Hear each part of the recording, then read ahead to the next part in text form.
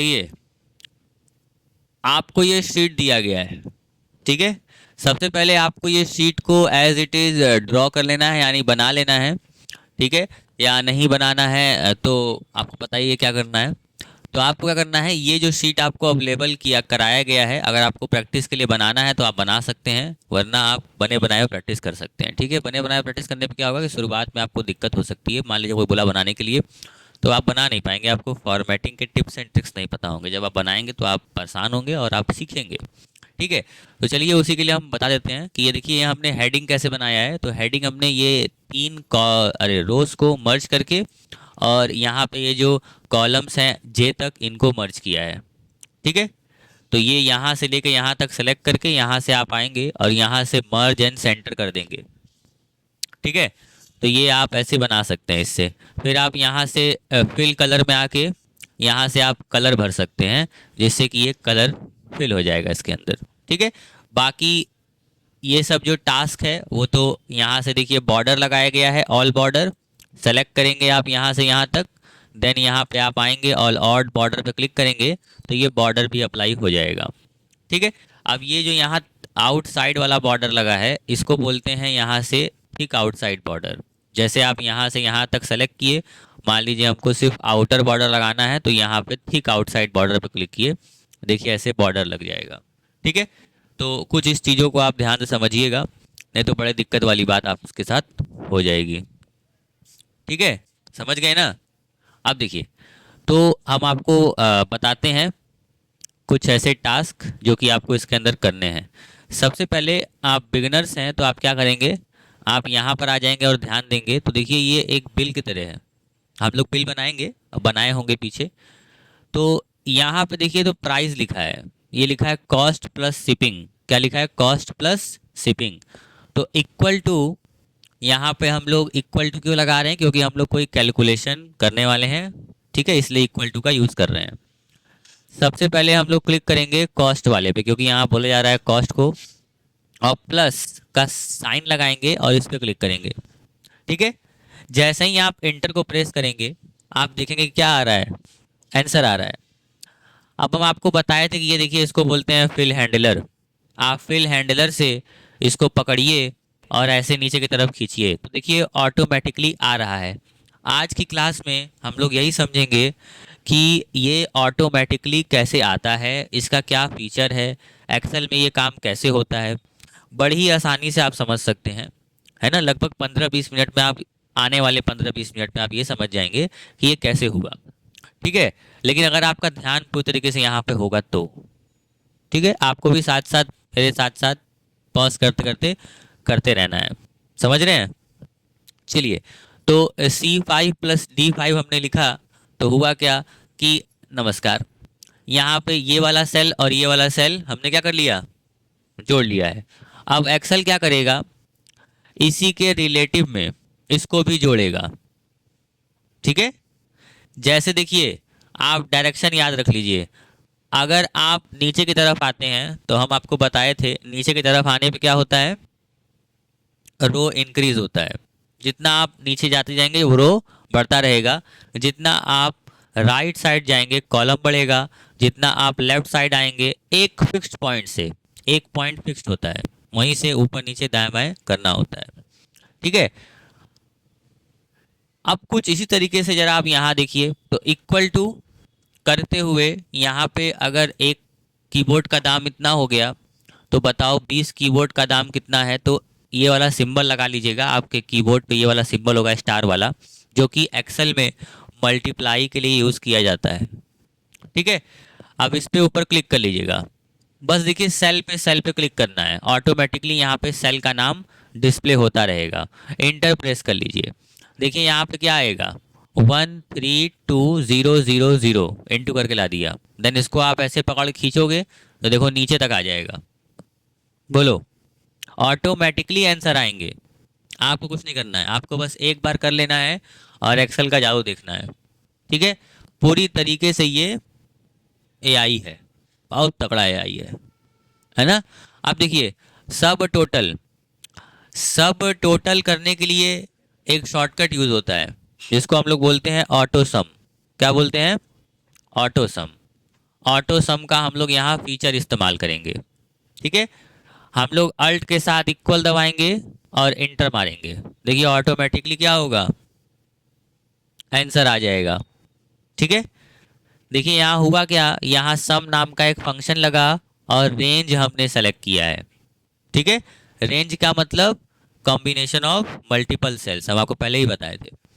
तो G5 से लेके कहाँ तक, G9 तक, ये क्या है, एक रेंज है। क्या है, एक रेंज है। इंटर प्रेस करिए, देखिए यहाँ पे आंसर आ जाएगा। अब आपको निकालना है tax at the rate 4.5% equal to ये वाला सेल इंटू 4.5 और परसेंट का सिंबल लगाना है शिफ्ट के साथ। देखिए आपको 5 दबाना है तो परसेंट का सिंबल आप लगा सकते हैं। गुड, समझ गए, मेरी बात समझे कि नहीं। अब देखिए यहाँ पे ये लिख लिए तो देखिए परसेंटेज भी आ गया, समझ गए। अब क्या करना है आपको, यहाँ पे लिखना है ग्रैंड टोटल। तो ग्रैंड टोटल में क्या होगा, जो ओरिजिनल अमाउंट है और प्लस जो टैक्स वाला अमाउंट है, देखो आ जाएगा। बोलो समझ में आया कि नहीं ये चीज। अब मनी लेफ्ट ओवर का मतलब कितना पैसा बचा। जैसे मान लो तुम्हारे पास पैसा था इतना, यहाँ लिखा है ना टोटल अमाउंट अवेलेबल, और इतना खर्चा हो गया, तो घटा दोगे तो क्या आ जाएगा, इसमें से माइनस कर दो ये वाला, इंटर मार दो तो आंसर आ जाएगा। ये देखो ये सारे जो हम किए हैं ये यहाँ साइड में भी आप मैच कर सकते हो, समझ रहे हो। और ये सारा हमने जो किया है वो कैसे किया है, रेफरेंस को देते हुए।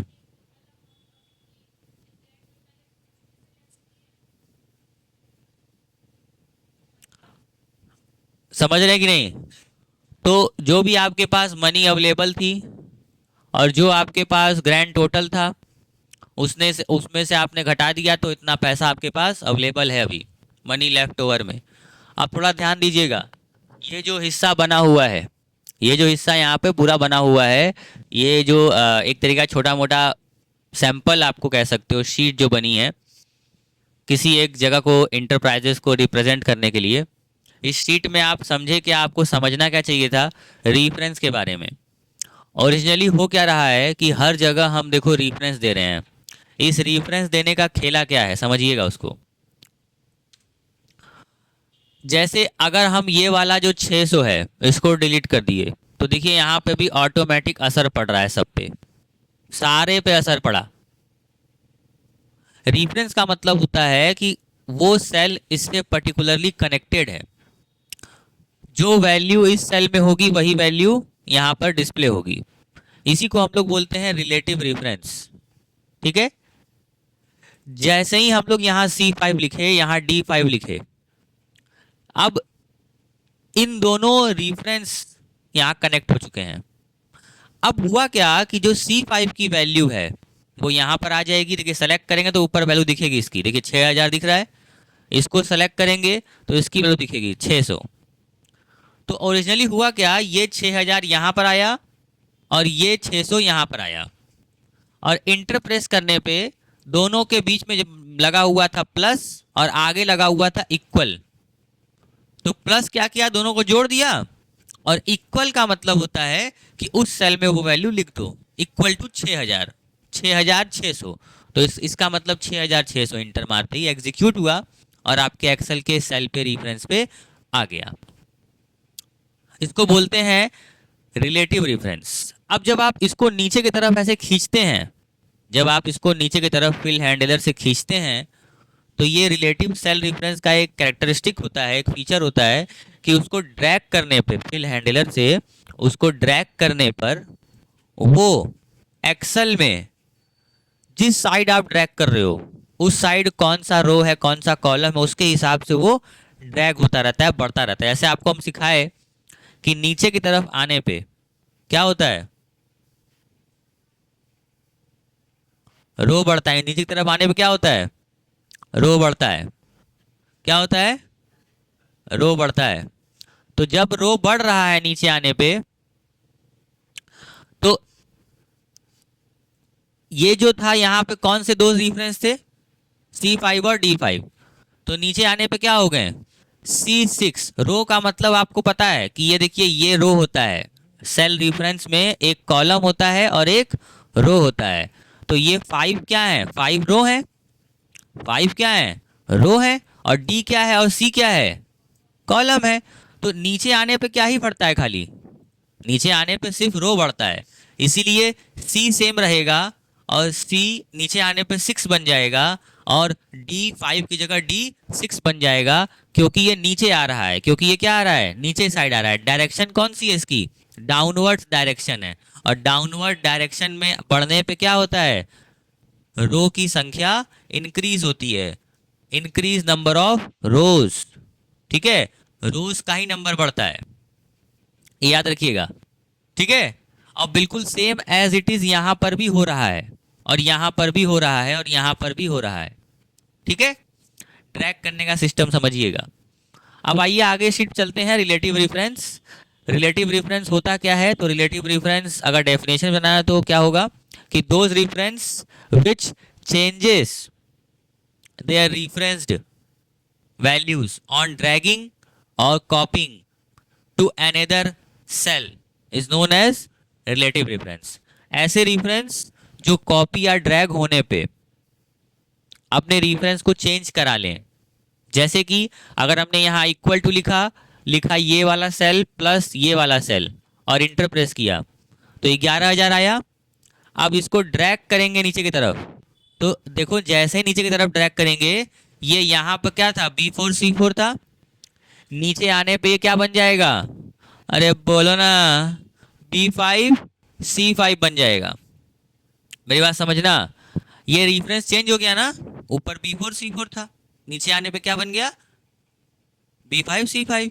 यानी कि ये जो है ये अपने आप को चेंज कर ले रहा है, तो जो चेंज कर लेता है वही क्या होता है, रिलेटिव रेफरेंस। हमने एक और वर्ड बोला था अभी कुछ देर पहले कि कॉपी भी कराने पे वो रेफरेंस क्या करता है, चेंज करता है। तो हम लोग क्या करेंगे, कंट्रोल C से इसको जब कॉपी करेंगे और कंट्रोल V से जब यहाँ पेस्ट करेंगे, तो देखो तब भी ये रेफरेंस चेंज कर लेगा। कैसे चेंज किया, देखो यहाँ पे ये इसने ये कर दिया, तुम जितना इसमें अब देखो डायरेक्शन किस साइड था, डायरेक्शन कौन सा था, राइट साइड। राइट साइड जाने पे क्या होता है, अभी बताए थे, कॉलम बढ़ता है। क्या होता है, कॉलम बढ़ता है। तो जितना कॉलम बढ़ाए उतना कॉलम इसमें बढ़ जाएगा। जैसे यहां से यहां जाने तक कितना कॉलम बढ़ा, हाँ बोलो, अगर अगर हम लोग बोलें कि 2 कॉलम बढ़ा, ठीक है, मान लो ठीक है 2 कॉलम बढ़ा तुम लोग बोल रहे हो, तो ये जो B है ये C बनना चाहिए और D बनना चाहिए, 2 तो इसमें बढ़ेगा ही, इस हिसाब से बढ़ता है। लेकिन ओरिजिनली अगर यहां से यहां तक जाया जाए तो कितना कॉलम बढ़ा, 3 कॉलम बढ़ा ना। देखो यहां से यहां गए तो कितने का डिफरेंस हो गया, 3 का हो गया ना, तीसरे में पेस्ट कर रहे हैं। अरे यहाँ 1 2 3 और चौथे में फिर पेस्ट कर दिए, ऐसे बोल सकते हो, या तो फिर ऐसे बोल दो 1 2 3, ठीक है, तीसरे में पेस्ट कर रहे हैं तो भी 3 हो गया। तो अपने हिसाब से घटा के निकाल लेना। लेकिन हुआ क्या, इसके हिसाब से देखना है। अब यहां से तुम 3 बढ़ा के यहाँ कर दिए तो इसमें भी फिर 3 बढ़ जाएगा जो रेफरेंस दिए हो। अगर ऐसे नहीं समझ में आ रहा है तो ऐसे समझ लो कि इसके ठीक अगल बगल वाले 2 कॉलम, इसके ठीक अगल बगल वाले 2 कॉलम, तो वैसे ही यहां पर भी होगा ठीक अगल बगल वाले, यानी रिलेटिव, बिल्कुल ऐसे ही होगा। समझे कि नहीं, इस चीज को आप समझ जाए जितना जल्दी उतना जल्दी आसान होगा आपके लिए। ठीक है, तो कॉपी या ड्रैग कराने पे जो अपने रेफरेंस को चेंज कर ले वही क्या है, रिलेटिव रेफरेंस है। एक्सेल में मोस्ट इंपॉर्टेंट कॉन्सेप्ट। वैसे ही देखो अगर आपको ये कराना है तो सेकंड्स में आप कर सकते हो, इक्वल टू ये वाला सेल मल्टीप्लाई बाय ये वाला सेल, बस इंटर मारो और ऐसे ड्रैग कर दो, मैनुअल मत करना।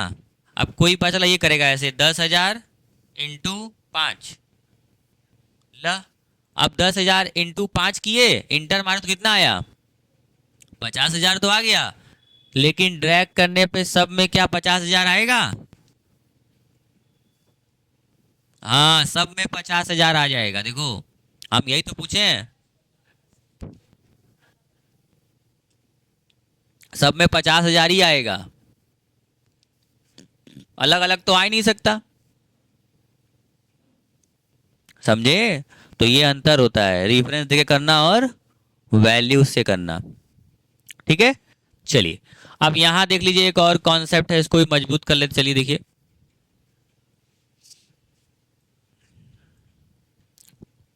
यहां देखिए क्या करना है हम लोग को, यहां हम लोग को करना है कि ये जो हम लोग बोले थे, याद है आपको, अभी पीछे आपको पढ़ाए थे ऑटो सम, यहाँ पे, यहाँ पर भी आप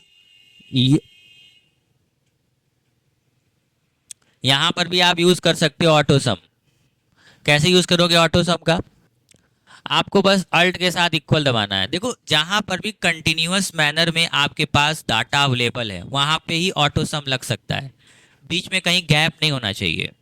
अगर बीच में कहीं गैप है या ब्लैंक है तो वहां ऑटो सम नहीं लग पाएगा। ठीक है, इंटर मारोगे ऑटोमेटिकली आपका सम हो जाएगा, या फिर आप मैनुअल भी कर सकते हो, इक्वल टू वो वाला सेल प्लस वो वाला सेल, लेकिन क्यों करोगे, शॉर्टकट भी तो सीखो, नॉर्मल तो आपको पता ही है। ठीक है, इसको बस ड्रैग कर दो, ऑटोमेटिकली सबका आ जाएगा। तो ये क्या है, रिलेटिव रेफरेंस। देखो यहाँ पर रेंज ड्रैग हो रहा है, देख रहे हो, इसको क्या बोलते हैं, रिलेटिव रेफरेंस। अब ये देखो प्रॉफिट है और यहाँ क्या है, टोटल माइनस टैक्स। तो सबसे पहले हम लोग क्या निकालेंगे, टोटल माइनस टैक्स, तभी हम प्रॉफिट निकाल सकते हैं। तो टोटल माइनस टैक्स में हम लोग क्या करेंगे, तो ये है टोटल, और इसमें से जो टैक्स हमको मिला है वो तो मेरा बच जाता है, क्योंकि हम अगर जीएसटी डील करते हैं तो टैक्स क्या होता है, हमको नहीं कस्टमर को पे करना पड़ता है ना, कस्टमर पे करता है, और फिर वही हम लोग कहाँ, गवर्नमेंट को दे देते हैं, है ना। इंटर मारेंगे तो देखिए ये जो ओरिजिनल अमाउंट है ये है, ठीक है, इसमें ही तो इंक्लूड होगा ना टैक्स, तो ये घट आ गया। मेरी बात समझ रहे हैं? अब यहाँ पे जो प्रॉफिट है, यहाँ पे क्या है, प्रॉफिट है, वो कैसे निकलेगा, मान लो हमने इन्वेस्टमेंट किया कितने का, 21, और कितना हुआ, 20,500, यानी मेरा टोटल हुआ। तो ये क्या माना जाएगा, 500 क्या है मेरा, इन्वेस्टमेंट किया 21 का और 20,500 ही हुआ, तो बेकार हो गया ना। हाँ, नहीं, क्या हुआ,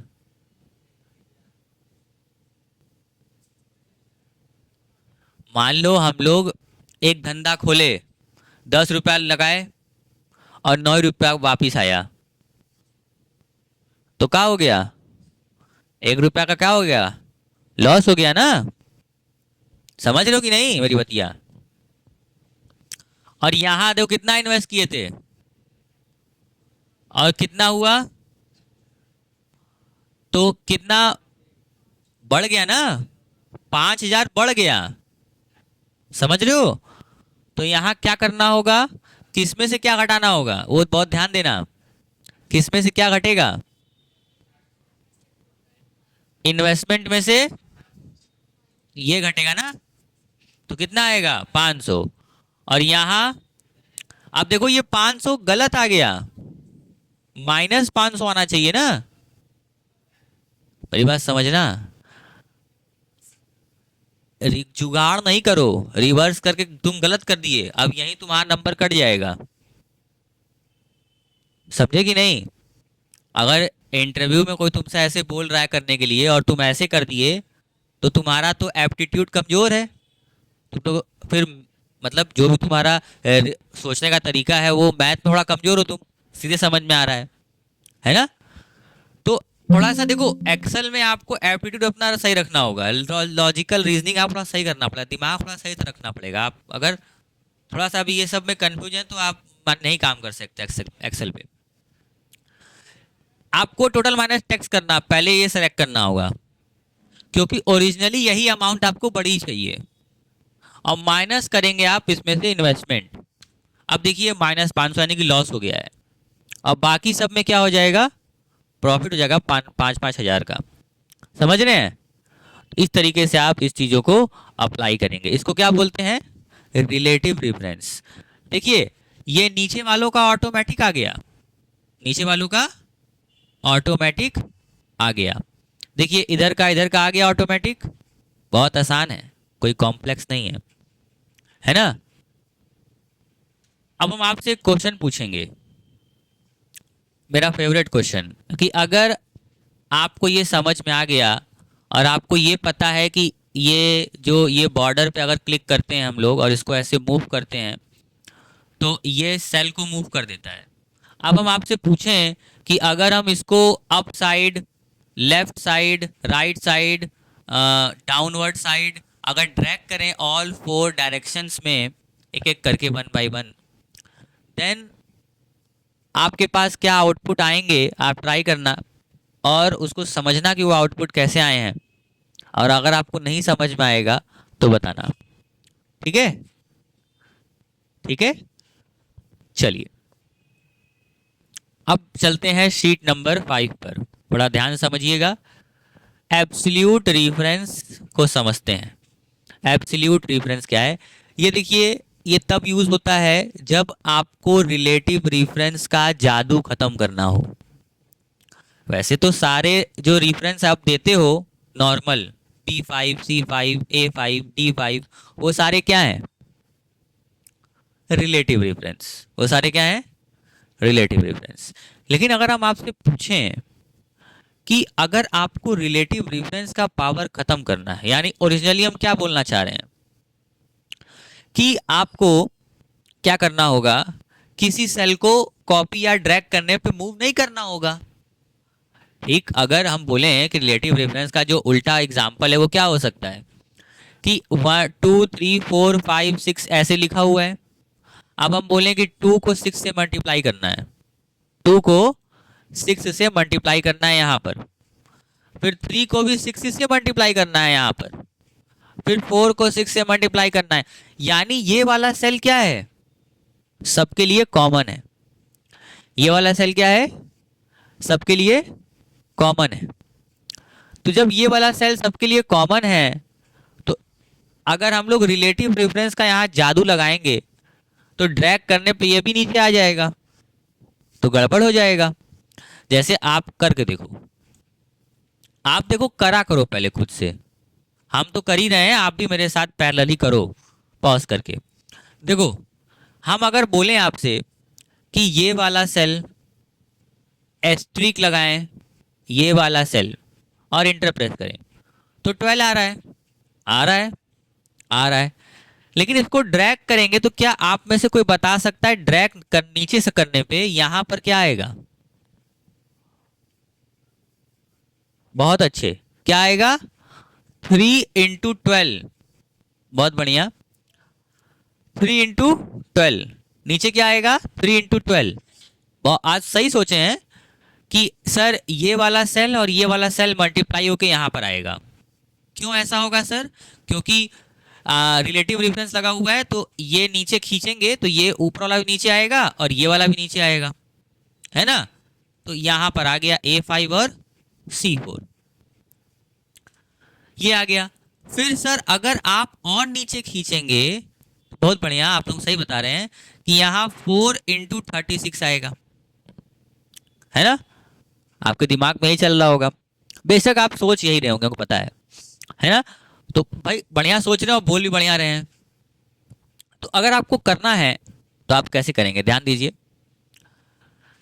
किसी तरीके से ये जो C4 है ये तो ठीक है, नीचे आना चाहिए, ये तो रिलेटिव सही चल रहा है, होना भी चाहिए। लेकिन इस वाले का रिलेटिव जो है ना वो गड़बड़ है, ये C4 नहीं बनना चाहिए, ये हमेशा क्या होना चाहिए, C3 ही होना चाहिए। बहुत अच्छे आप लोग, सही, ऐसे ही बोलते रहिए, बहुत बढ़िया आप लोग, सही। जब ऐसे बोलेंगे थोड़ा मेरा ही मन लगेगा, हम मुर्दों को नहीं पढ़ा रहे हैं ऐसा लगेगा ना, है ना। कुछ लोग बोल रहे हैं आप में से 3-4 लोग, बाकी लोग शांत बैठे हैं, ठीक है। तो देखिए शांत रहेंगे तो आपको नींद आएगा, क्योंकि समझ में तो कुछ आएगा नहीं आपको, बोलते रहेंगे तो आपको समझ में आएगा, ठीक है। देखिए यहाँ पे C3 लिखा है। अब आपको ट्रिक समझिए क्या करना है। आपके कीबोर्ड पर ऊपर F1 F2 F3 F4 F5 बहुत सारे बटन्स होते हैं। तो आपको पहले अपने माउस के कर्सर को यहाँ कॉर्नर में रख लीजिएगा या यहाँ बीच में रख लीजिएगा और F4 दबाइएगा। ठीक है, ऊपर में जो F4 F1 F2 F3 F4 होता है वो दबाना है। अरे कुछ वहां से हम देखते हैं कि हम बोल रहे हैं F4 तो वो F बटन दबाएंगे और 4 दबाएंगे। नहीं, ऐसे नहीं करना है आपको। ठीक है, आपको क्या करना है, ऊपर में F1 F2 F3 बना हुआ है जिसपे वॉल्यूम बटन बना होगा या म्यूट बटन बना होगा, वो सारे जो होते हैं उनमें से आपको F4 बटन को प्रेस करना है। अब जैसे ही आप F4 बटन को प्रेस करोगे तो आपको नजर क्या आएगा कि कॉलम जो था उसके आगे, उसके ठीक एक 1 स्टेप फॉरवर्ड में एक डॉलर का सिंबल आ जाएगा और रो नंबर यानी रो लेवल जो है उसके भी ठीक आगे क्या आ जाएगा, डॉलर का सिंबल आ जाएगा। समझ में आया? अब ये जो आया है ये कितना आया कितना नहीं आया उससे आपको देखना नहीं है, आपको बस देखना है कि ऐसे हो जाना चाहिए। और जैसे ही आप एंटर प्रेस करोगे और इसको नीचे की तरफ ड्रैग करोगे, देखो आपका आउटपुट सही आएगा। ये होता है रिस्ट्रिक्शन अप्लाई करने के लिए, कंस्ट्रेंट लगाने के लिए, बाध करने के लिए, बाध हिंदी में बोलेंगे बाध कर देना, किसी सेल को उसी वैल्यू पे फिक्स्ड कर देना, है ना। यानी आप अब उसको ड्रैग करो या कॉपी पेस्ट करो कहीं पर भी, वो अपने रेफरेंस को चेंज नहीं करेगा क्योंकि आपने उसके ऊपर रिस्ट्रिक्शन कंस्ट्रेंट्स लगा दिए हैं, जिससे कि वो क्या होगा, बदल ही नहीं सकता, चाह कर भी नहीं बदल सकता, है ना। जैसे कोई व्यक्ति हो या कोई बच्चा हो, उसके ऊपर एक ट्यूशन टीचर बैठा दो, है ना, अब बोलो करो, पहाड़ से मारो, नहीं करता है तो एक बार पहाड़ से मार दोगे तो फिर करेगा, वो समझ जाएगा उसके ऊपर तलवार लटकी हुई है, नहीं करेंगे पहाड़ से मार खा जाएंगे, है ना। तो कुछ इस तरीके से यहां पर भी कर दिया गया है ना।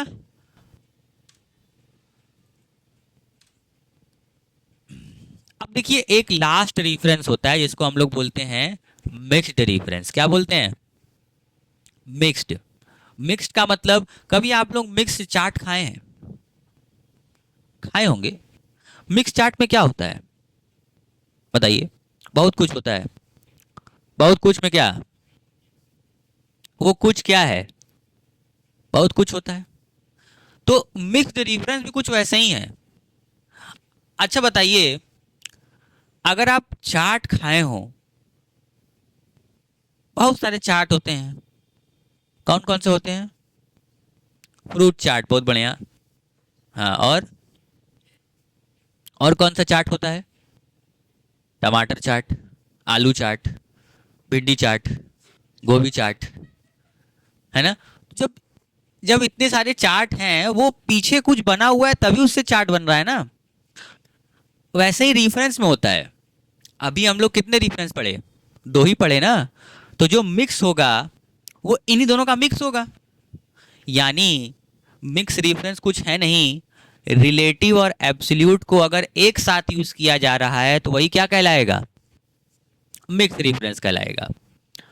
मिक्स चाट भी तो वही होता है, सब कुछ मिला कर दे देते हैं लोग, खाओ बढ़िया लग रहा है, अरे दही पही सब वहीं में डाल दे रहे हैं, सब पनीर पनीर सब वहीं में, टमाटर टमाटर तनका आका डाल देते हैं वहीं में, पता चला फूड पॉइजनिंग हो जाए कुछ डाल दे अनबन चीज तो में है ना।